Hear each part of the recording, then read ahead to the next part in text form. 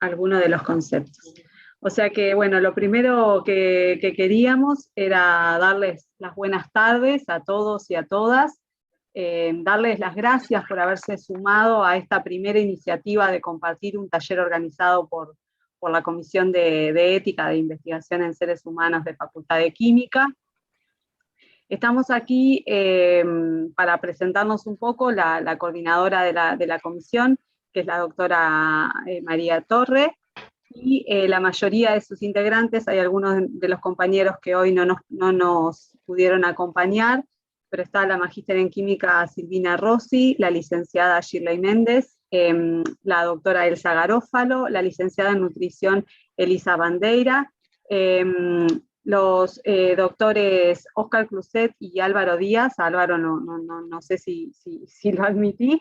Bueno, quienes habla Cecilia Maldonado, la consultora externa, la QF Inés Vila, también nos acompaña en varias de nuestras sesiones, y tenemos ausente hoy a otro compañero que es el doctor Guillermo Rodríguez. Este año nos propusimos varios cometidos, y uno de ellos fue que antes de finalizar el año queríamos cumplimentar con la promoción de instancias de educación en ética para colectivizar un poco este aspecto tan relevante de la investigación con seres humanos. El colectivo docente de FQ en los últimos años ha diversificado en mucho las líneas de investigación que involucran a los seres humanos. ¿Sí? Podemos hablar de diferentes áreas: farmacología, biotecnología, tecnología alimentaria, evaluación sensorial, educación, y es por esto que consideramos, ¿sí?, que querríamos compartir con ustedes una breve presentación de un decreto que ya tiene 2 años, pero que a instancias de varias consultas parece en algunos aspectos no ser tan conocidos, y a su vez compartir algunas de las herramientas con las que ya contamos. Por ejemplo, en la página web de facultad ya está el listado de todos los requisitos para poder presentar a la Comisión de Ética de Facultad un proyecto de investigación. Está el link al decreto también que vamos a presentar hoy, que es el 158/19, y como obviamente los integrantes de FQ vivimos aprendiendo, tenemos el honor hoy de haber convocado a una de las constructoras de este decreto que hoy en día está vigente, que es la doctora Delia Sánchez, compañera de algunos de los integrantes de esta comisión.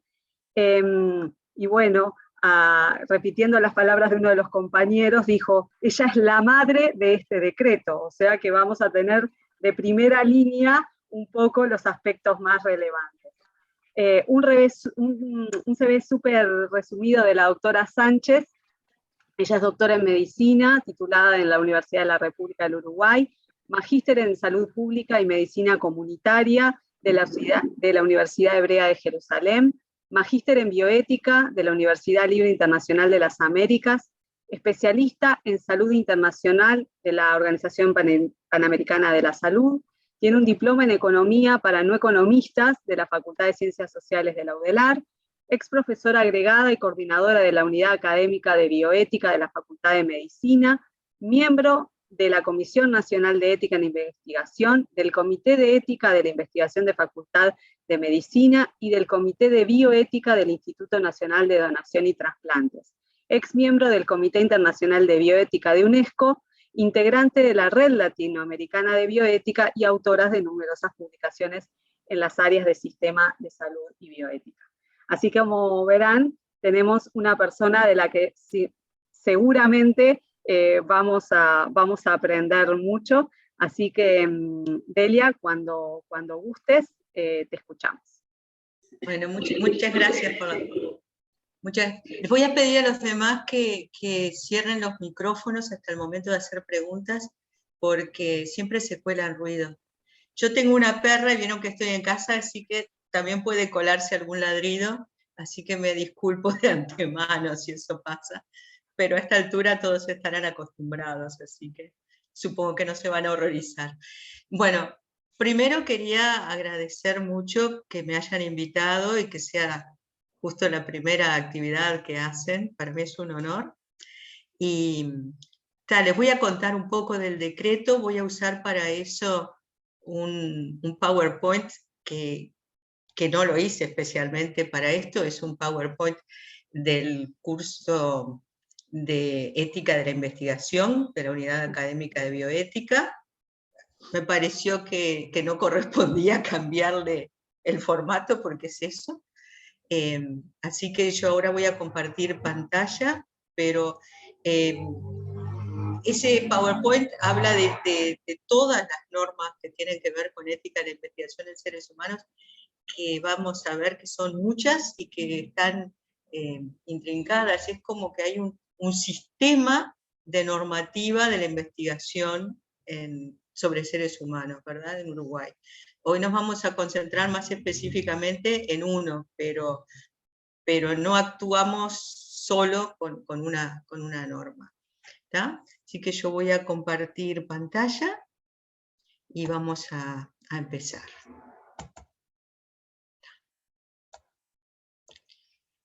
¿Está? Entonces, vamos a presentación. Ahí. ¿Lo ven bien? ¿Sí? Nosotros tenemos en Uruguay normas específicas sobre investigación en seres humanos y muchas otras normas que también incluyen artículos vinculados a la investigación sobre seres humanos. Por eso les decía que estamos hablando como de un sistema normativo. La primera, por orden cronológico, la primera norma que tuvimos fue una norma Mercosur, que es del año 96 y que Uruguay internalizó en el año 98. Antes de ese momento, cada investigador o cada institución resolvía a su leer, saber y entender cómo iba a manejar el tema de la investigación en seres humanos, ¿verdad? Y lo que es bien interesante es que no se veía al Estado ni a las instituciones en sí como responsables y garantes últimos del bienestar de las personas que participan en investigación. O sea que estamos hablando de un proceso que, considerando los tiempos históricos, es bastante corto todavía. En este momento, ¿qué problema tenían las buenas prácticas de investigación clínica farmacológica? Que ese es el nombre de la norma Mercosur, que, como su nombre lo dice, solamente se limitaba a la investigación clínica farmacológica. O sea que pasamos a tener bastante regulado si la investigábamos con fármacos en personas, pero no todo lo demás. Si yo hacía encuestas sobre la sexualidad de las personas, si yo probaba una técnica quirúrgica nueva, un alimento nuevo, no teníamos nada, ¿verdad? Y eso era un problema, porque hay mucha investigación que no es farmacológica. Por eso en el 2008 apareció un decreto que no está aquí porque fue sustituido por este, que es el 278 del año 174 del 2008, que ese sí probablemente lo conozcan, que tuvo muchos avances, pero para mí hay dos que fueron clave. Uno, que entendió que se refería a toda la investigación que involucra a seres humanos, o sea, que evitó el principal problema de la otra norma, que era solo sobre investigación farmacológica. Y lo otro novedoso es que es el decreto que creó la Comisión Nacional de Ética en Investigación. En el año 2019 fue modificado por el decreto 158. Cuando decían que soy una de las mamás del decreto, es porque esa modificación se hizo en el seno de la Comisión Nacional de Ética de la Investigación, que yo integro como una de las personas delegadas de la Universidad de la República. No soy la única, por lo tanto, ahí participaron todos los compañeros de la comisión. Pero como ustedes ven, hay cosas que se vinculan a la investigación en seres humanos que están en las normas sobre derechos y obligaciones de los usuarios del servicio de salud. Todo lo que tiene que ver con consentimiento, por ejemplo, está muy claramente explicitado allí. en la reglamentación de esa ley, en las normas de control, calidad y seguridad para trasplante de células y tejidos, cuando hacemos investigación sobre muestras, ¿verdad?, de seres humanos, las leyes de protección de datos personales, fundamental cuando queremos ir a bases de datos, cuando queremos regular historias clínicas, y para los médicos que hacen investigación, el Código de Ética del Colegio Médico del Uruguay tiene un capítulo especialmente dedicado a ética de la investigación. Por suerte, no se contradicen entre sí todas estas normas, sino que todas apuntan a un mismo fin. ¿Cuál es el fin a que apuntan? Asegurar la seguridad de las personas que participan en la investigación, como fin principal, y la libertad de la participación en investigación, que es algo muy importante, ¿verdad? Desde Nuremberg en adelante hemos definido que participar en investigación es un acto voluntario del individuo. O sea, no nos pueden meter en investigación sin nuestro permiso, ¿verdad? Entonces, todas estas normas que hablan de consentimiento, de protección de los datos, ¿verdad?, de derechos de los usuarios de servicios, a lo que van es a eso, a asegurar que el que participa en investigación lo hace sabiendo y habiendo consentido. Y de esa forma es la forma de proteger su bienestar, pero también su libertad. Ya les hablé, esta es la norma Mercosur, fue la primera. Interesante, sobre todo para Facultad de Química, que la norma Mercosur tiene una definición bien amplia de fármaco, que lo define por la intención de uso. Antes de que existiera esta norma, había quien decía, bueno, no, entonces los productos, yo qué sé, homeopáticos no son fármacos, esto no es fármaco, fitoterapia no es fármaco. No, si se va a usar con un fin de diagnóstico o terapéutico, se considera para la normativa uruguaya fármaco. Y eso tiene muchas implicancias justamente desde el punto de vista legal. Y por primera vez identificó el rol de los distintos actores, los investigadores, los patrocinadores, las instituciones y el Estado, que como les había dicho, hasta el año 98 no era ni juez ni parte. El decreto del año 2008, que fue fundamental porque permitió tener una normativa sobre toda la investigación con seres humanos, tiene una estructura que es la que está acá. El decreto todavía está disponible en línea y probablemente la mayoría lo conozca. Un capítulo de definiciones, un capítulo de aspectos éticos, que es un capítulo más conceptual, ¿no?, sobre qué es lo que fundamenta la necesidad de ética de la investigación y de normativa en la ética de la investigación, un capítulo sobre consentimiento, sobre riesgos y beneficios, sobre formato del protocolo, que es algo bien importante porque a menudo, sobre todo a nivel de investigaciones de estudiantes, ¿no?, no tienen muy claro todas las etapas, todos los pasos que debe tener un protocolo, están en el decreto. El capítulo de creación de la Comisión Nacional, uno de instrumentación, uno de incumplimiento. Pero, como les decía, en el año 2019, este decreto fue sustituido por otro, que tiene la misma estructura y que tiene algunos cambios. Lo que no cambió se mantiene tal como era el decreto del año 2008, ¿verdad? La base sigue siendo esta. Pero después de varios años de aplicación habíamos detectado que había problemas y que era la oportunidad de modificarlos. Una cosa que fue bien importante fue la explicitación de las fuentes normativas. Sobre todo la explicitación que la Declaración Universal de Derechos Humanos, la Declaración de Helsinki del año 2000, no las versiones posteriores, y la Declaración Universal sobre Bioética y Derechos Humanos del año 2005 son fuente de la normativa nacional.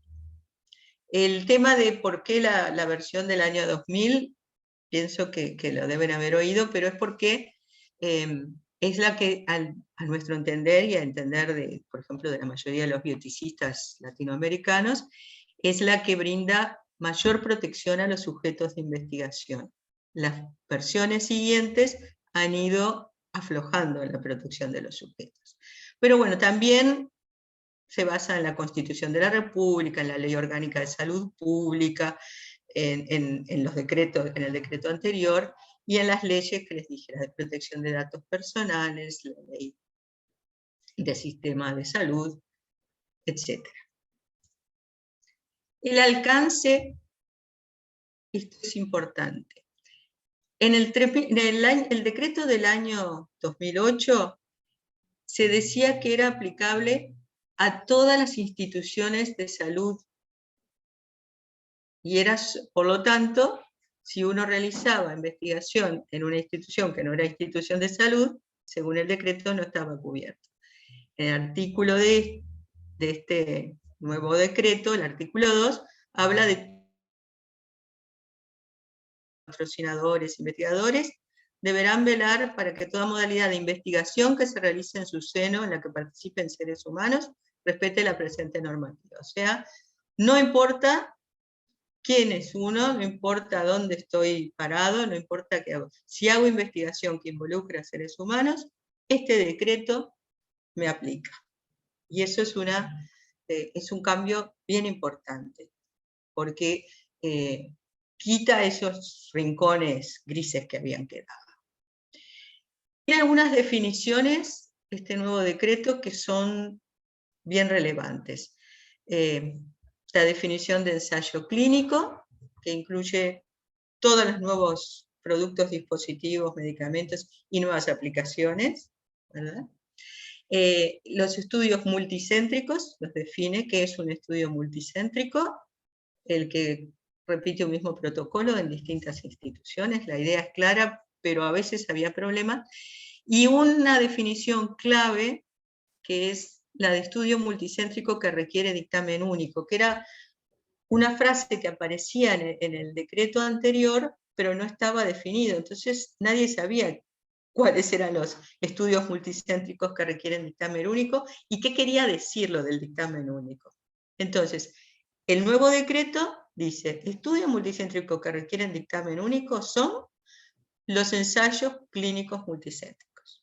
O sea, otros tipos de investigación que no son ensayos clínicos no requieren dictamen único. Y el dictamen único, había como dos escuelas de pensamiento, ¿no? Había una escuela que decía, lo voy a hacer en 8 instituciones, pero solo requiero una aprobación, y otra que decía, requiero todas las aprobaciones, pero además una final de la comisión. Esa es la definición que da la Comisión Nacional de Ética de Investigación y la que está en el decreto.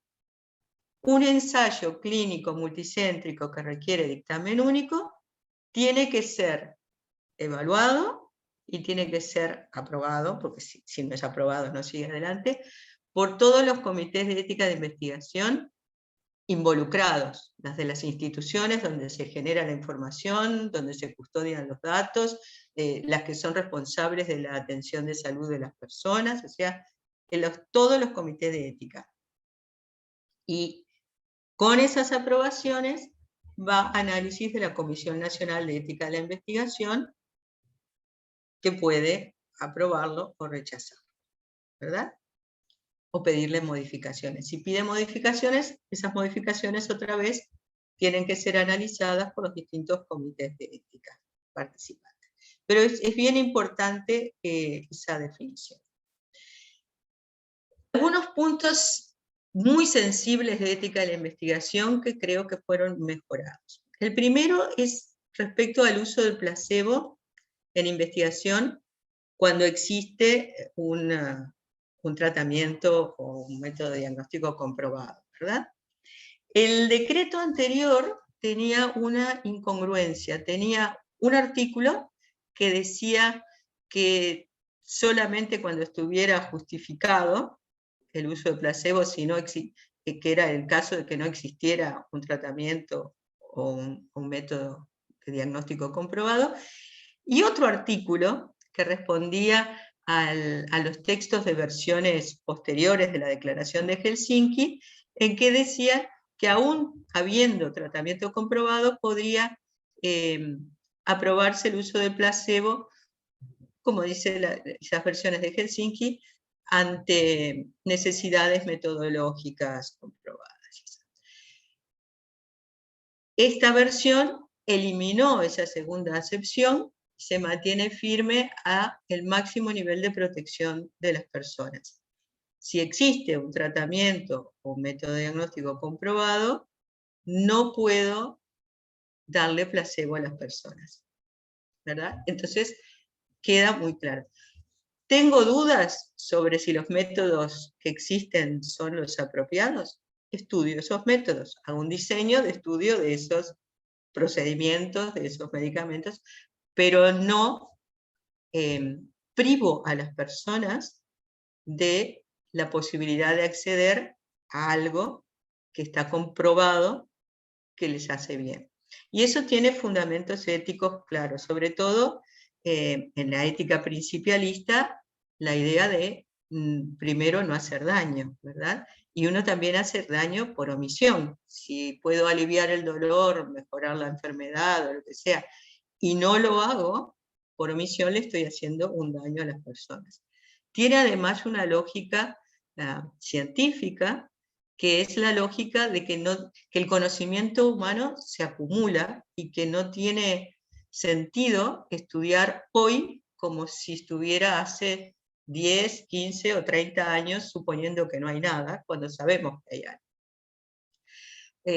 Hay diseños, por ejemplo, en los que prueba un medicamento de nuevo, pero que se agrega a tratamientos comprobados, entonces que son los diseños de add-on, donde no hay ningún daño al sujeto porque todos reciben lo mejor que existe según el conocimiento de un momento dado. Nosotros sabemos que el conocimiento va cambiando, ¿verdad? Esto no es una forma de cristalizar la terapéutica en el año tal y no poder avanzar.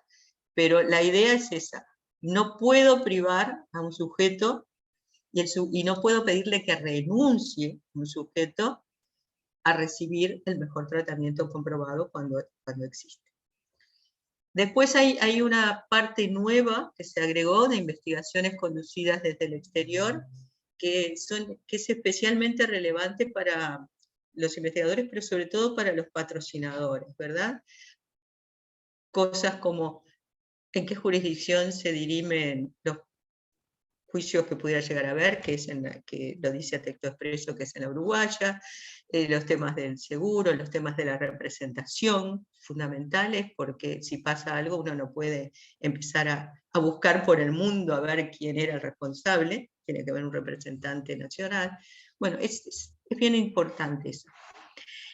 Otra cosa que cambió también es un artículo sobre el consentimiento informado en estudios epidemiológicos. En la versión anterior se preveía que si no se conseguía fácilmente, que es un criterio bastante raro, el consentimiento de los individuos, la dirección de las instituciones o de la institución podía dar el consentimiento. Eso se eliminó porque realmente el consentimiento es un acto individual y yo me afilio a una institución para que cuide de mi salud, no para que decida por mí en qué investigación entro o no entro, yo o mis datos, ¿no? Entonces, eso se cambió. Y sobre la relación riesgo-beneficio, que es una de las cosas de ética, la redacción anterior decía que se consideraba apropiada una relación riesgo-beneficio en la que los riesgos eran menores que el beneficio esperable. Pero no especificaba el beneficio para quién. Entonces, yo podía decir, bueno, fulano corre un riesgo muy alto, hasta de morirse, pero toda la sociedad se va a beneficiar, y como se van a beneficiar tanto, eso es un beneficio enorme. La nueva redacción pone en el mismo sujeto la ecuación. La relación riesgo-beneficio es para el individuo que participa en la investigación. Los riesgos para quienes participan en la investigación son apropiados para el beneficio esperado de las personas que participan en la investigación. Porque si no, el individuo siempre quedaba subsumido en un beneficio social en el cual decía que uno lo podía sacrificar por el bien colectivo. Entonces, para mí esa es una cosa que no parece tan grande, pero conceptualmente es grande. Después hubo otras modificaciones, por ejemplo, los comités de ética de la investigación, según el decreto anterior, tenían 30 días para la primera respuesta, se pasó a 60 días, que parece más razonable. En los momentos en que, yo sé que ustedes todos conocerán, hubo llamados de la ANI, hubo llamados de CSIC, y al comité le caen 80 protocolos juntos, ¿no? Entonces, realmente expedirse en 30 días hacía que algunos no se llegaran, o que estuvieran en falta. Entonces, bueno, 60 días. Es mucho más específico con respecto a la necesidad de que se acrediten los comités de ética, que era una cosa que estaba mencionada en el decreto anterior, pero ahora se menciona que el camino, o sea, hay como que la baja a tierra el tema de la acreditación. En la parte de la Comisión Nacional de Ética de Investigación, confirma el tema de que es un órgano que depende de la Dirección General de la Salud, porque es en el ámbito en el que funciona, pero que tiene independencia técnica.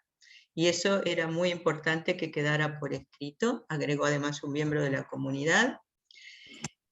Tiene una explicación clara sobre cuáles son las responsabilidades de los investigadores, mayor que la que estaba en el decreto anterior, y en los casos de investigación en salud, con respecto a la responsabilidad del investigador, su responsabilidad de asegurarse que cuenta con la aprobación de las instituciones a las que pertenecen los sujetos de investigación. Esto también es un tema que se discute. Uno puede decir, no, si el sujeto es libre de participar en investigación, es libre aunque su institución no quiera.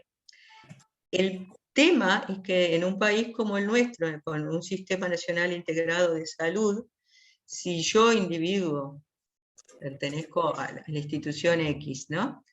Y el comité de ética de esa institución entendió que los riesgos no eran aceptables o lo que sea y no lo aprobó. Y yo entro en la investigación, no queda clara cuál es mi protección de salud en adelante, porque la institución no podría hacerse responsable de atender mis efectos adversos, mi continuidad de atención si pasa algo malo. Si todo va bien, nadie tiene problema, ¿no? Pero si todo va mal, asegurarse que la persona no haya quedado descolgada de su institución de atención por haber hecho algo que la institución no está dispuesta a asegurarle, porque de hecho lo que hace una institución de atención de salud es asegurar la atención futura de las personas, es muy importante, porque si no quedan muy desvalidos sujetos de investigación. Entonces, eso está más claro en este decreto. Bueno. Después, nada, me parece que tengo sobre las otras leyes, pero no es el momento de hablar de esto. Voy a dejar de compartir y me gustaría hablar un poquitito sobre cómo funcionan los comités en este marco, ¿no? Lo primero es aclarar para qué existen los comités de ética de la investigación. Yo siempre digo, comité de ética de la investigación es una parte del sistema de investigación de un país, igual que la Comisión Nacional es una parte del sistema de investigación. ¿Por qué?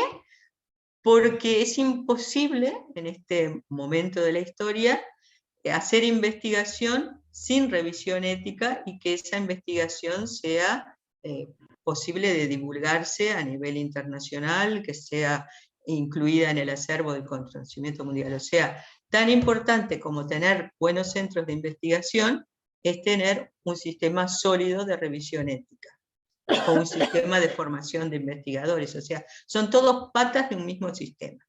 Pero tiene una función en particular. La función particular de los comités de ética de investigación es la protección de los sujetos de investigación. Así como otras partes tienen la promoción de la investigación, la formación de los investigadores, el financiamiento, los comités tienen esa función, proteger a los sujetos de investigación. ¿Verdad? Entonces, Para eso hay modelos sobre qué discutir y todo, pero cualquier comité empieza por, bueno, la calidad técnica del protocolo que me han presentado, ¿no? Y yo sé que a veces a los investigadores les da un poco de cosita, ¿no? Entonces, por ejemplo, yo estoy en el comité del INDT, ustedes oyeron, salud pública, bioética, economía, entonces viene alguien fuertísimo en genética y me dice, bueno, pero ¿cómo vas vos a evaluar mi protocolo? ¿No? ¿Con qué derecho? Que no es ninguna de tus áreas de expertise. Primero que no soy solo yo, ¿no? Y no es ninguno de los miembros de un comité aislado el que analiza, sino que todos analizan todo y aprenden y se enseñan en sí mismos. Pero además, hay una lógica de la investigación que va más allá de la disciplina, ¿verdad? Y la lógica de que un protocolo está bien hecho, todos los que investigan en cualquier área pueden saber. Quizá no se necesite una asesoría específica para que te digan, bueno, tal gen es el que se está estudiando ahora para tal enfermedad recesiva o ya se encontró tal otra. Esos son asesoramientos que se piden específicamente. Pero la calidad de un protocolo no depende de la subespecialidad, su análisis. ¿Y por qué importa la calidad? Porque siempre que una persona interviene en la investigación, está corriendo un riesgo. A veces un riesgo grande, en los ensayos clínicos con fármacos nuevos, ¿verdad? Un riesgo biológico grande, o de una nueva vacuna, ahora que estamos con todas las vacunas para COVID y eso. Pero así sea el riesgo menor, que me llamen por teléfono a mi casa justo cuando acabé de trabajar y estoy tomándome un cafecito y me hagan perder el tiempo, viendo algo de mi parte, y estoy desde una molestia a un riesgo físico importante, estoy sufriendo algo. Eso se justifica si la forma en la que van a recoger mis datos y analizarlos sirve realmente para responder la pregunta, si la pregunta es pertinente. Entonces, ese es el motivo por el que lo primero que mira un comité es la parte metodológica. Si a la pregunta que tiene el investigador la quiere responder con una metodología que no es la más apropiada, que no es la que en este momento se está planteando, lo que sea, es de prever que no va a responder la pregunta. Por lo tanto, cualquier molestia a riesgo que sufran las personas va a ser inútil. Y ese es el motivo por el cual es lo primero que se revisa. También ese es el motivo por el que se piden cosas que a veces los investigadores creen que son cosas burocráticas. ¿Por qué se piden currículum? Porque aparte de que un protocolo esté bien escrito, el comité tiene que tener, no la certeza, pero una probabilidad cierta de que las personas que van a investigar saben hacer ese tipo de investigación. No solo conocen el tema, sino que también tienen la formación en las metodologías que dicen que van a usar, en las técnicas que dicen que van a usar. ¿Y eso cómo se hace? Revisar. No hay otra forma. A veces son muy largos y es engorroso y uno maldice, hay más páginas y más páginas, pero bueno, hay que hacerlo, es inevitable. Y después vienen las otras preguntas.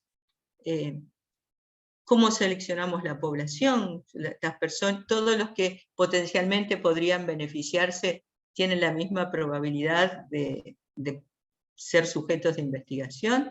Hay algunos que son discriminados injustamente porque siempre son omitidos, o hay otros que son discriminados injustamente porque son siempre los sujetos de todas las investigaciones, yo qué sé, porque justo allí tengo una unidad de estudios en tal barrio, entonces a cada pregunta que tengo se la hago a la misma gente, ¿no?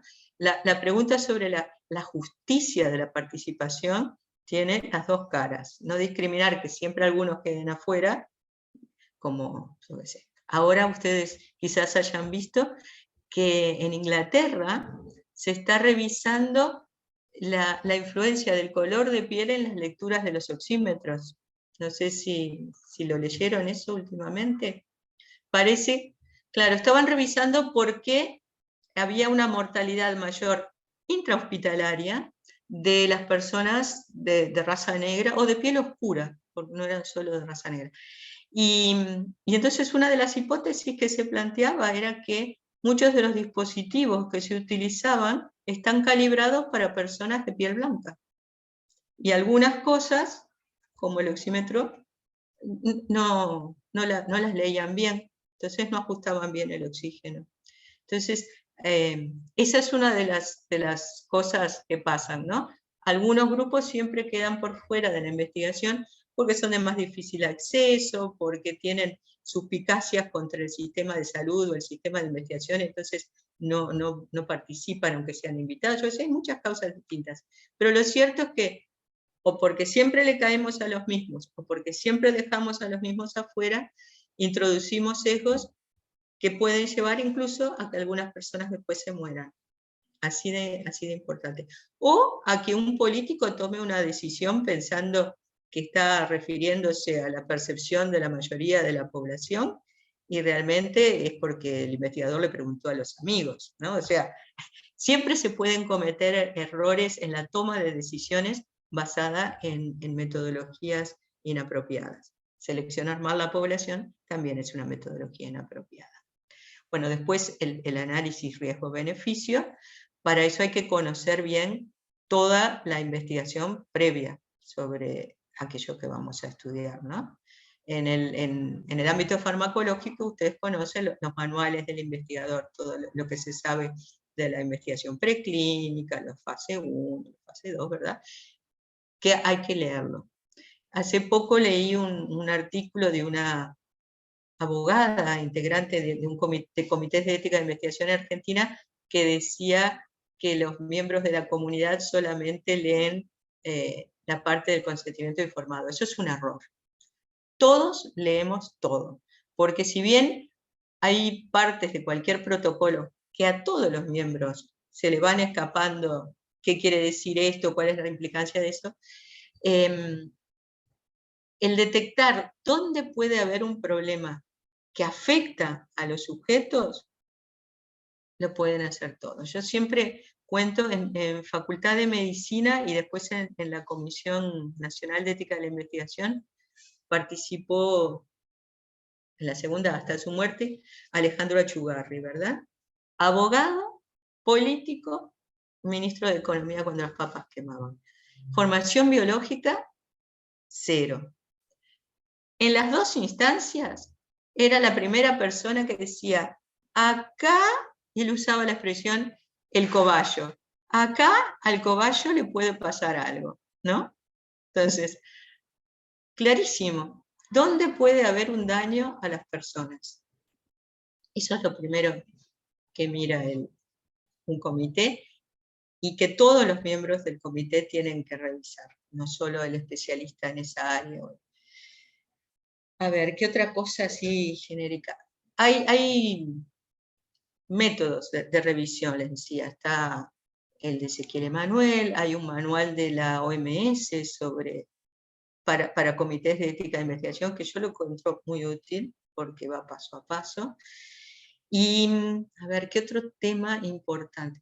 Bueno, los conflictos de interés y el consentimiento informado. ¿Quién tiene que tomar el consentimiento informado y qué debe ir adentro del consentimiento informado? Yo sé que van a tener un taller especial sobre consentimiento, así que no quiero entrar mucho en esto, pero la única forma de que una persona elija libremente es que sepa en lo que se mete, ¿verdad? Entonces, de ahí viene la necesidad de la información y la libertad. Los consentimientos son libres e informados.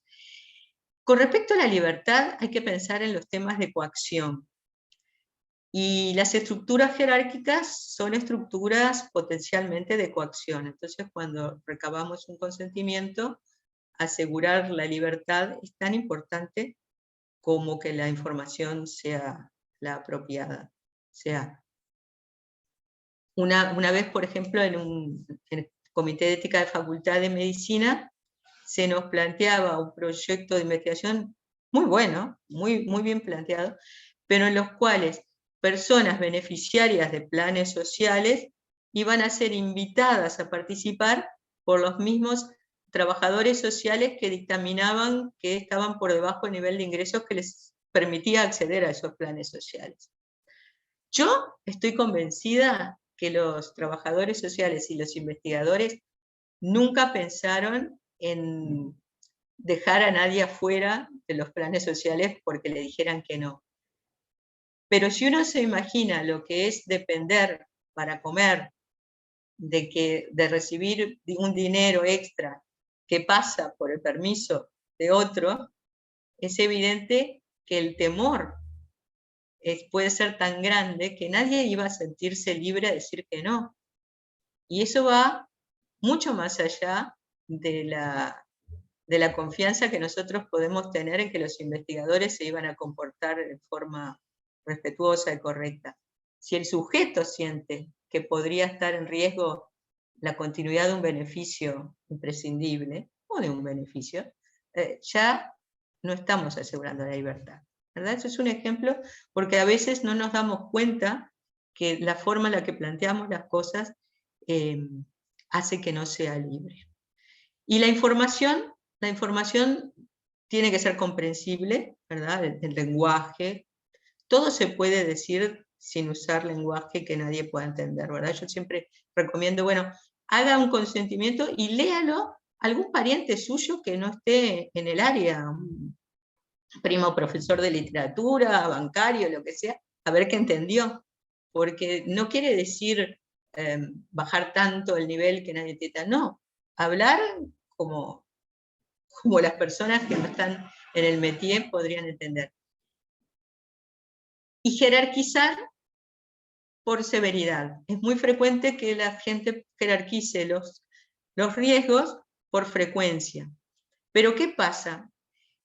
Es de esperar que cuando yo llego a la investigación en seres humanos, en las investigaciones previas, las muertes, yo qué sé, las muertes de los perritos o lo que sea, hayan sido muy pocas, porque si no, no avancé hasta seres humanos. Por lo tanto, la muerte acaba siendo, por ejemplo, el menos frecuente de los eventos adversos seleccionados. Pero es el que el sujeto más le va a importar saber si se puede morir o no de participar en mi investigación. Entonces, aunque sea infrecuente, tiene que ir primero. Y yo le digo que es infrecuente, pero le digo que puede pasar. Y así con los otros problemas. Porque si empiezo por la frecuencia, siempre voy a poner primero, le puede picar acá, le puede, ¿no? Todas las cositas, puede zumbarle un poco el oído, sí, está bien, pero ¿se me puede caer todo el pelo? Puedo, ¿no? De cosas más graves, más infrecuentes. Entonces, completo, pero pensando en lo que uno necesitaría saber para consentir libremente. No sé cómo estoy de tiempo. Bueno, por eso, tendríamos que ir redondeando, Delia, no Sí. sé si te queda... No, por eso, porque yo si no me voy para un lado y para el otro. Yo igual pienso que puedo terminar acá y recibir preguntas antes de pasar a los talleres. Sí, capaz que sí. Bien, no sé si algún compañero... No sé, yo tengo una, pero no sé si alguien más tiene, prefiero que empiecen los demás. Lo pueden escribir en chat si quieren también. Bueno, si querés empezar con la tuya y estamos atentos al chat, Mariela, por si alguien...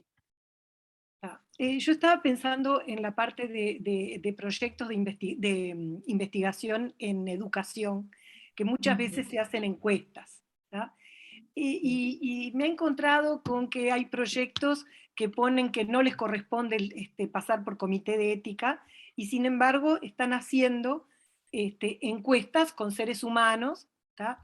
Entonces mi pregunta es, ¿siempre tiene que pasar por un comité de ética o depende de la profundidad, de la sensibilidad de las preguntas? No sé si queda claro lo que estoy preguntando. Sí, no, es muy relevante tu pregunta. Siempre tiene que pasar. Si yo voy a interactuar de alguna forma con las personas, con sus partes, ¿no? Las muestras de uno que andan desparramadas por ahí, o con la información mía, tiene que pasar por un comité de ética. O sea que no importa el tipo de preguntas. No, no, a veces se nos ha planteado la comisión, bueno, pero por ejemplo, las monografías de los estudiantes, ¿no? Que recién están empezando, y sí, y van a tener que pasar, ¿no? Y el comité de esa institución tendrá que armarse de valor y revisarlas todas. Ahí está. Nos pasa en Facultad de Medicina, con todos los estudiantes tienen que hacer un trabajo de investigación al terminar, y es un mes en el que el comité tiene que trabajar todas las semanas, no cada 15 días, y llevar cargadas de trabajo a la casa, pero hay que hacerlo. Bien. Yo capaz que también aprovecho para hacer una pregunta, Delia, con respecto a cuando se sistematiza información en alguna base de datos, ¿cómo se...? Porque bueno, nos ha llegado al comité la pregunta de si eso tiene si se tendría que solicitar a las personas el consentimiento informado o si se puede emitir, y particularmente en la consulta nos traen el tema de que en el último decreto, en la última actualización, como que se prevé que puede pasar que no se solicite el consentimiento informado. Sí, muy buena tu pregunta, Elisa. Yo les decía que estamos dentro de un sistema de normativa, ¿verdad? Entonces, tenemos normas sobre las bases de datos, ¿no? Si yo estoy generando bases de datos, las tengo que registrar en AGESIC, tengo que identificar, nombrar una persona que es responsable, y las personas tienen que saber que sus datos están entrando a esa base y consentir y saber para qué, ¿verdad? Uno de los principios de AGESIC es el consentimiento previo y explícito. O sea, no me pueden pedir consentimiento después que ya usaron algo, y yo consiento explícitamente para algo, ¿no? Típico, por ejemplo, me saco sangre yo tengo un problema de tiroides, para saber cómo estoy de TSH, y yo autorizo al laboratorio que estudie TSH y que me diga a mí y a mi médico y ponga en mi historia clínica ese dato. ¿Por qué? Porque es importante para mi diagnóstico y tratamiento. Si se quiere usar para algo distinto de mi diagnóstico y tratamiento, me tienen que pedir permiso. O yo tengo que haber dado un permiso previo para que, en caso de que alguien quiera acceder, pudiera hacerlo. Pero lo que el decreto dejó, que quizás no fue lo suficientemente, no fue lo explícito que debía haber sido. ¿Cuándo un comité puede permitir que no haya un consentimiento? Realmente lo que teníamos en mente en la comisión en ese momento era cuando por la misma metodología el avisar genera un sesgo en la investigación. Típico, por ejemplo, investigación en sistemas de salud, que es una de las cosas que yo hacía. Cuando hacemos investigación sobre calidad de la atención o lo que sea, si yo le digo, perdón, ¿le molesta si veo con qué tanta gentileza trata usted a los pacientes? La persona va a ser adorable, ¿no? Aunque todo el resto le haya gruñido a cada uno que venía y no lo haya atendido, lo que sea. Entonces, y hay otros casos, ¿verdad? Pero tiene que ser muy bien planteado por el investigador al comité, y el comité dar un permiso específico, y en general lo que se estila es que haya algún tipo de información general previa. Por ejemplo, un mes antes de que yo vaya a hacer el trabajo de campo para ver cómo tratan el personal en la institución, voy a avisarle a los trabajadores, va a haber una investigación sobre tal cosa, y en algún momento va a haber personas en las salas de espera. ¿Ya avisó? ¿Ya está? ¿No? Como la memoria tiene sus límites, un mes después o lo que sea, está avisado. Si, por ejemplo, el gremio siente que es injusto en este momento, que va a poner en peligro las fuentes laborales, y eso tuvo tiempo de decir que no, ¿verdad? Que no está de acuerdo, que habría que hacer una modificación, pero puedo hacer la investigación sin el sesgo que implicaría preguntarle a la persona en ese momento si le molesta que lo observe. Pero son cosas así muy específicas. María tiene acá hay una pregunta. Sí. Paso la del chat que la hizo primero Teresa, dice, el tema de las consultas a estudiantes, ¿a partir de qué fecha rige? Y realmente desde el 2008, porque ya el decreto 2008 decía toda investigación que involucra a seres humanos. Pero con toda seguridad desde el 2019, porque la contradicción de 2008 decía toda investigación que involucra a seres humanos, pero después limitaba las instituciones donde se realiza, ¿no? Entonces uno podría decir, bueno, sí, yo no soy una institución de salud, ahora, con el decreto nuevo del 2019, no hay duda, todas las investigaciones que involucran seres humanos, no importa dónde se hagan. Perfecto. Emma. Sí, bueno, muy buena la presentación y estoy armando un protocolo, así que me viene bárbaro, consulta. Tengo que reclutar re pocas voluntarias y altas probabilidades que entre los plazos y los temas de la pandemia y todo eso, reclutemos a algunos docentes y algún administrativo que anda en la vuelta. Yo lo estaba redactando y yo decía, acá hay una especie de verticalidad, que no se tome como que si me decís que no, sí. Pero por 10 personas no puedo hacer un llamado abierto, capaz, y tampoco hay tanta gente como para entrar a los laboratorios para que yo pueda ampliarlo tanto, por lo menos es la impresión que yo tengo. Yo creo que está bastante abierto, que todos nos conocemos, que va a ir, es más, creo que como es cosmética la gente va a estar con ganas. Pero, bueno, lo pasaré al comité y ahí verán si redacté adecuadamente, si tomé las precauciones o quizás me harán alguna sugerencia de cómo presentarlo un poco mejor. Sí, ese es todo un tema. Cuando es entre colegas, claro, siempre, sobre todo las estructuras universitarias, son muy jerárquicas, ¿no? Y es difícil decirle, quizás en unas facultades más que en otras, pero es difícil decirle a veces al grado 5, no tengo ganas de entrar en tu investigación. Hay que buscar las formas que eso sea más fácil de hacer. En medicina siempre nos reíamos que en algunos servicios, sobre todo de las básicas, cuando entra al grado 1 le ponen una mariposita porque le van a estar sacando sangre a cada rato, ¿no? Entonces, para no molestarlo ya queda. Pero a veces los mismos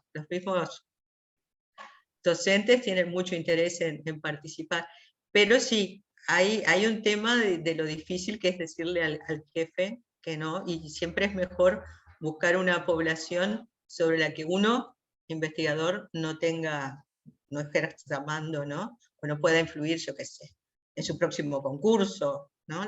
Las cosas que a uno le dan susto. Bien, en realidad no van a ser dependientes míos la mayoría, y lo otro que te pregunto, que creo que me vas a decir que no, pero bueno, tentar con un regalito. No, eso sí que no. No, eso ¿Premiar sí que con no. un bombón tampoco? Un bombón sí, porque uno puede decirles que para que le suba el azúcar o algo. Le puedo dar un premiecito, pero no, por ejemplo, un jaboncito de manos. No, Premio pero el premio, porque una cosa es una gentileza, yo qué sé, un marcador de libros. Sí, ¿no? y a posteriori. Una cosita. Que me dijiste que sí. Pero, no claro, pero nunca, claro, hay un criterio que es la inducción inapropiada a participar. Yo no puedo ofrecerle a una persona algo a lo que le cueste mucho decirme que no. Por ejemplo, a mi hijo le sería imposible decir que no si le ofreces un after eight, por ejemplo. Se prestaría a lo que fuera, porque es un vicioso de los after eight. Pero al ciudadano promedio eso, un bombón no es suficiente. No, pero ahora, como yo estoy en el área de los cosméticos y podría conseguir unos jaboncitos que en realidad no cuestan nada, y los consigo un poco menos de regalo. Si tú querés después pero darle sí, como un regalo después a quienes hayan participado, se van a quedar contentos. Pero no decir si no venís no te doy. Claro, porque es después. Claro. Está, como el agradecimiento. Claro, te pregunto, somos un grupo con colaboradores en Argentina, en otra universidad. Ya vi que tenemos que presentar una nota con ellos y con el currículum de todos, pero el trabajo con humanos se va a hacer acá. Ajá. O sea que el protocolo lo presentamos acá y nos hacemos responsables de algunos docentes uruguayos. Sí. Para quedarme más tranquila. Gracias. Sí. Bueno, muchísimas gracias, Delia. Muchas personas agradeciendo tu claridad en el chat. Y bueno, vamos a dar paso ahora un poco a bajar a tierra en algunos casos todo esto que has compartido con nosotros y alguna cosilla más. Así que los invito a aceptar la invitación que van a tener para unirse a los diferentes grupos. Vamos a hacer 3 casos diferentes. Docentes, bueno, o integrantes de la comisión, vamos a estar en todos los grupos para irlos orientando con respecto a las preguntas. ¿Sí? Así que ahora, ni bien Elisa, que creo que es la persona que está por abrirlos. Ya todos tienen la invitación. Perfecto, entonces a partir de ahora nos vamos a ir a trabajar en grupos y después hacemos una apuesta común todos juntos al finalizar. La investigación.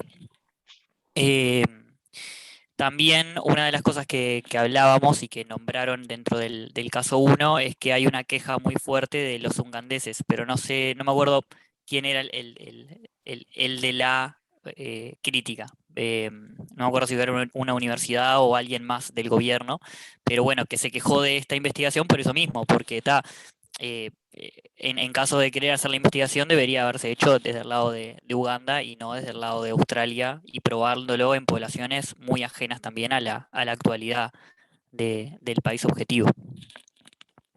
Básicamente ese era el problema y por donde lo estuvimos discutiendo. No sé si alguno de mis compañeros quiere aportar alguna otra cosa dentro del resumen, ¿no?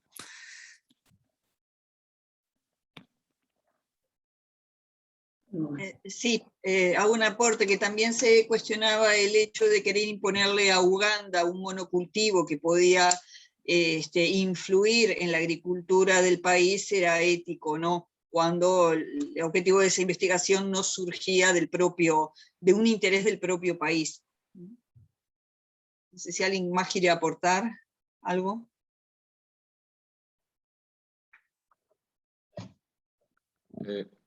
Quizás un poco el énfasis en la enorme asimetría de quienes investigan y quienes recibirían eventualmente los beneficios de la investigación, que para mí los reciben los que tienen los bananos, no los que se los comen, pero bueno, esa es otra cosa. Oscar, no sé si querías aportar algo. Sí, no debería, porque bueno, pero a los fines de la discusión, el concepto de soberanía alimentaria, que estaba muy precisamente definido en el trabajo, servía como una verdadera herramienta para dilucidar aspectos esenciales de la posible investigación que debió hacerse respetando los intereses del país huésped, combinado con la solución de un problema, la carencia de beta-caroteno en la mayoría de los bananos de Uganda.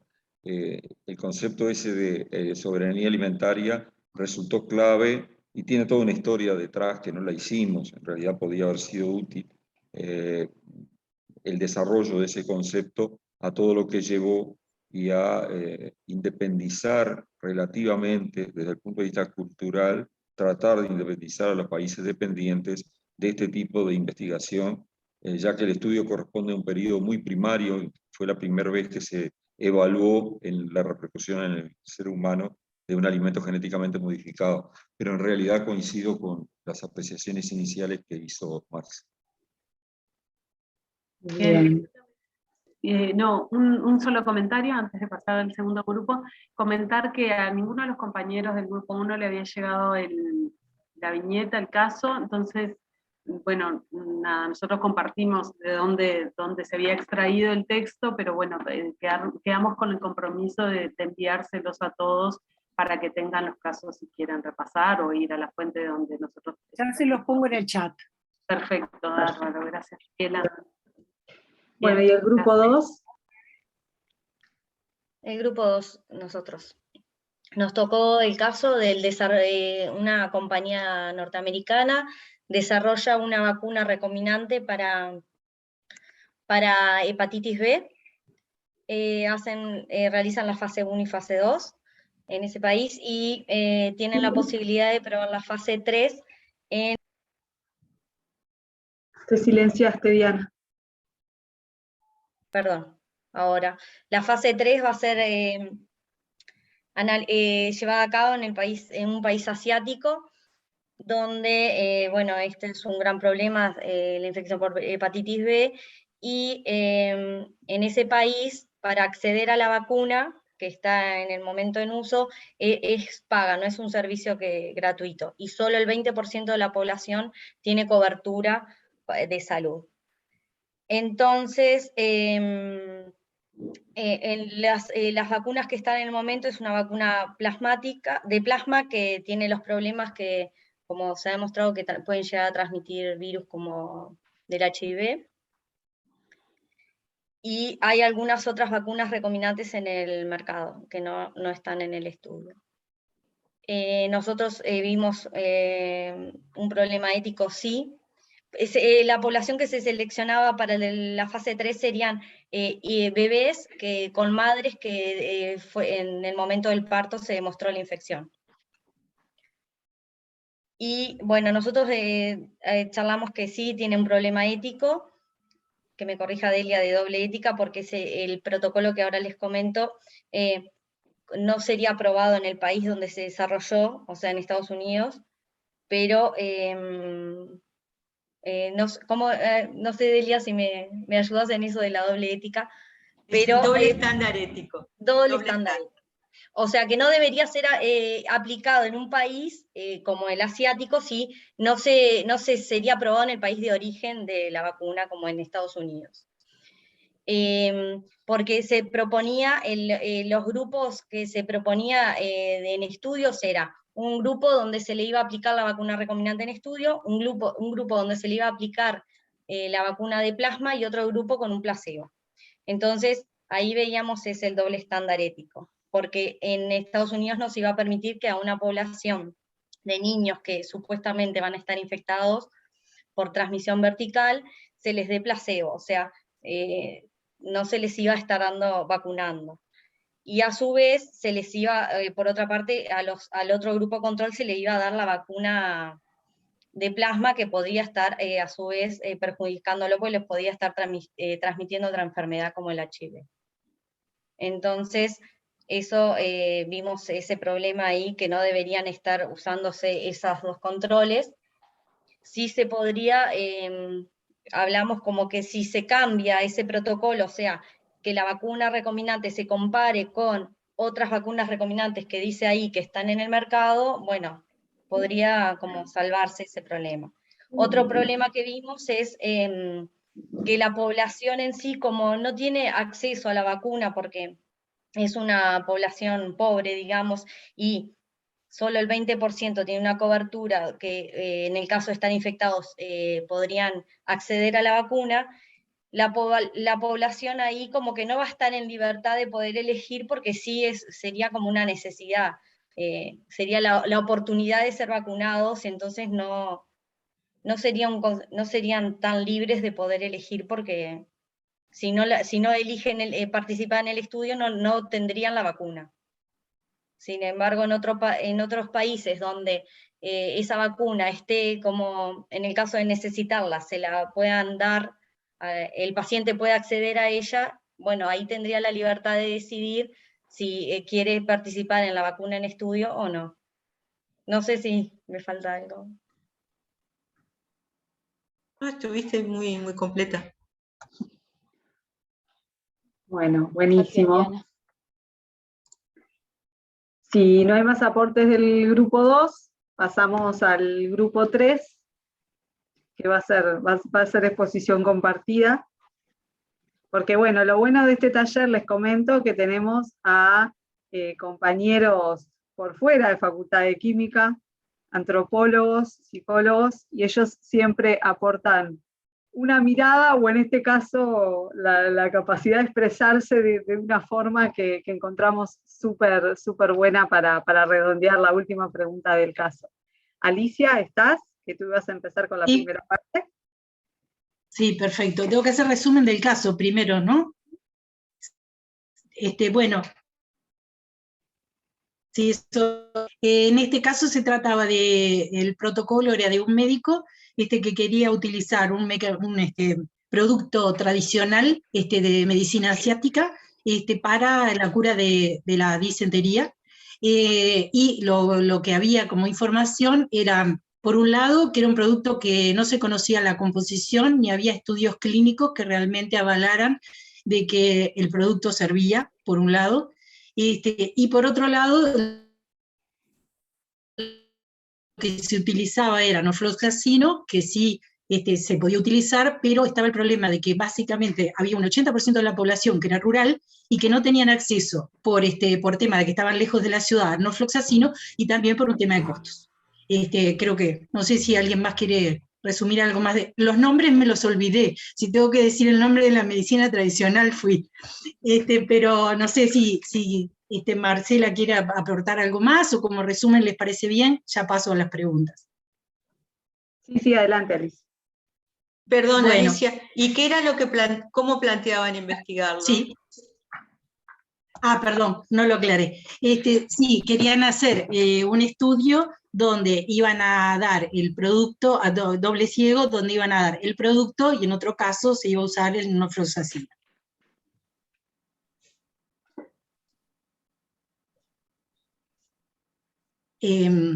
La primera, bueno, el comité resuelve que no, en contra del protocolo correspondiente, o sea, no aprueba el protocolo para el estudio correspondiente, y la primera pregunta que se nos hace al grupo es si compartimos el punto de vista del comité de ética. Y lo que se dijo a nivel del grupo es que sí lo compartimos, porque entendemos que no están dadas las condiciones para pasar a un estudio en humanos, porque se está hablando de un producto cuya composición se desconoce y donde no hay tampoco evidencia clínica que lo avale.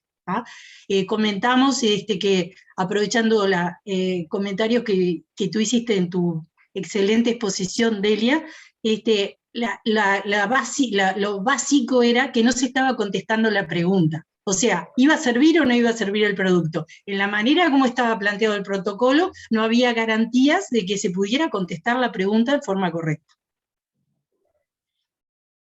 No sé si quedó claro para la primera pregunta. Paso a la segunda.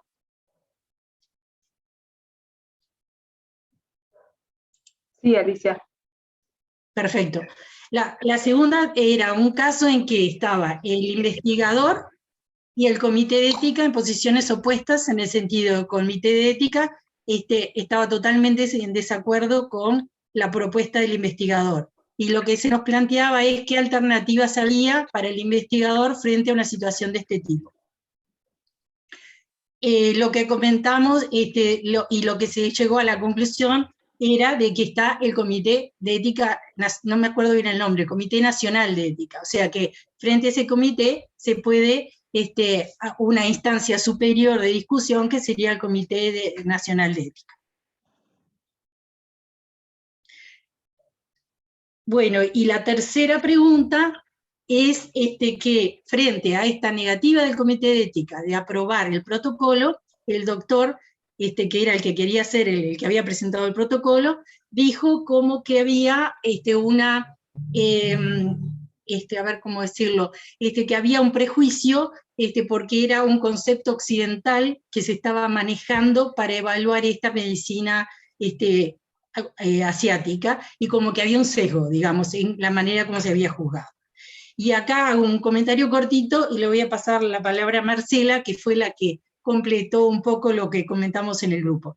El comentario que habíamos hecho al principio era que en realidad la medicina tradicional no solo se usa en Asia, sino que en Occidente también, ¿tá? Ya sea en América como en Europa. Pero Marcela nos aportó un punto de vista muy bueno y me gustaría que fuera ella la que lo comentara.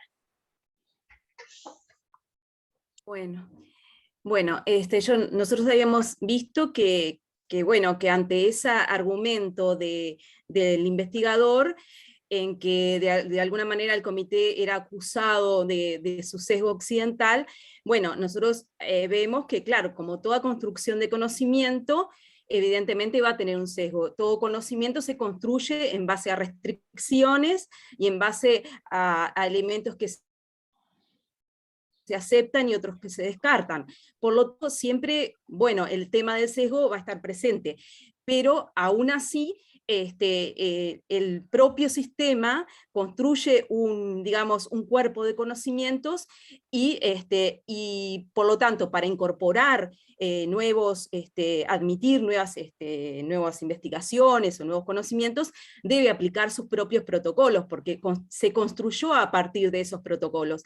Entonces, esa acusación la veíamos un poco relativa, porque también admitimos que existe ese sesgo y que, como todo lugar que puede resultar en algunos puntos ambiguo, también se va construyendo a partir de esas restricciones que se establecen, ¿no? Un poco eso era lo que habíamos hablado. No sé si dijimos algo más que se me está perdiendo, pero bueno, no sé si queda claro la idea, ¿no? Pero nosotros tenemos conciencia, o debemos tener conciencia de que sí, que lo que nosotros construimos como cuerpo de conocimientos, sí, no son universales y absolutos, pero que aún así han dado, han dado los resultados que han dado, por lo tanto, se continúa en esa línea, ¿no? Bueno, muchísimas gracias a Marcela, sobre todo por atreverse a redondear la última parte en un público ampliamente químico. No sé si hay algún otro comentario de alguno de los compañeros del grupo 3.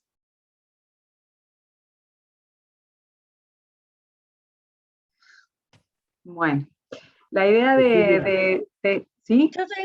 Yo tengo una consulta, porque en el caso ese decía como que el investigador decía como que, porque una de las cosas que se le cuestionaba es que no podía demostrar la composición real, ¿no? Lo leí. En el caso que pase eso con los productos naturales, que no se pueda demostrar la composición real, ¿hay alguna sugerencia del comité? O sea, que pase primero, antes de pasar con humanos, estudios obvios, in vitro, in vivo, con animales, ¿no? Y en el caso que llega a esa etapa con humanos, sí demostrando inocuidad anteriormente, no pudiendo demostrar la composición, ¿eso se permite o no? ¿O se va a evaluar? Álvaro, a ver, que ya abriste el micrófono. Yo creo que uno de los pasos fundamentales en toda investigación es primum non nocere, estar seguros de la inocuidad de los productos que nosotros vamos a darle a un ser humano. Esa creo que es una base primordial, porque todo lo demás se basa en que estar seguros de que yo no voy a lesionar al individuo, ni le voy a dar ningún perjuicio con la investigación que yo voy a desarrollar. Pudiera haber algunas excepciones frente a riesgos mayores, por ejemplo, como en la epidemia de COVID, en donde frente a la amenaza de un daño muy grave, uno puede correr el riesgo de repente de administrar un producto cuando todavía no está del todo demostrado su inocuidad. Pero eso es relativo. Yo creo que lo primero es primum non nocere en todo trabajo de investigación. Y creo que esto es muy importante, sobre todo para ustedes que son químicos, que trabajan con productos permanentemente para introducir en relación al ser humano, demostrar en todo trabajo de investigación, antes de hacerlo, que el producto es inocuo. Perdón, no quiero seguir porque está Delia levantando la mano. Sí, Delia está levantando la mano para hacer un aporte. No, una pregunta, ¿no? Porque me suena raro eso de que no puede demostrar la composición. ¿Existe la posibilidad de que uno no pueda demostrar la composición o que no me molesté en estudiar la composición? Que son dos situaciones diferentes, ¿no? Porque cuando me preguntaban, bueno, ¿qué pasos le sugiero al investigador? Y bueno, empezar con la investigación básica del producto y avanzar. Y claro, le va a llevar más tiempo, pero vieron que yo hice mucho hincapié con la norma Mercosur, que se define medicamento por la intención de uso. Ese producto es un medicamento que en Uruguay se tendría que estudiar como cualquier otro medicamento. Alicia. Sí, completa justamente lo que planteó Delia, lo conversamos en el grupo, y fue de que a esta altura de la tecnología, si bien un producto natural es difícil de caracterizar, hay muchas maneras de caracterizarlo. Digo, es posible, entonces digo, como dijo Delia, bueno, hay que molestarse en hacerlo y poner el esfuerzo en hacerlo, pero hay muchísimas cosas que en un producto natural se pueden caracterizar, aunque no sea el 100% de su composición.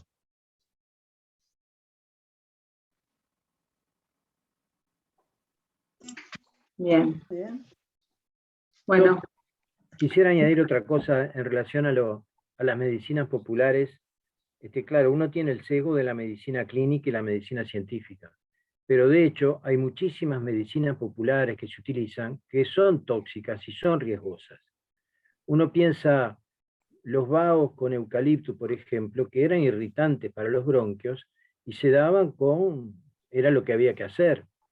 O el uso, por ejemplo, del té de perejil como abortivo, que da una toxicidad hepática brutal.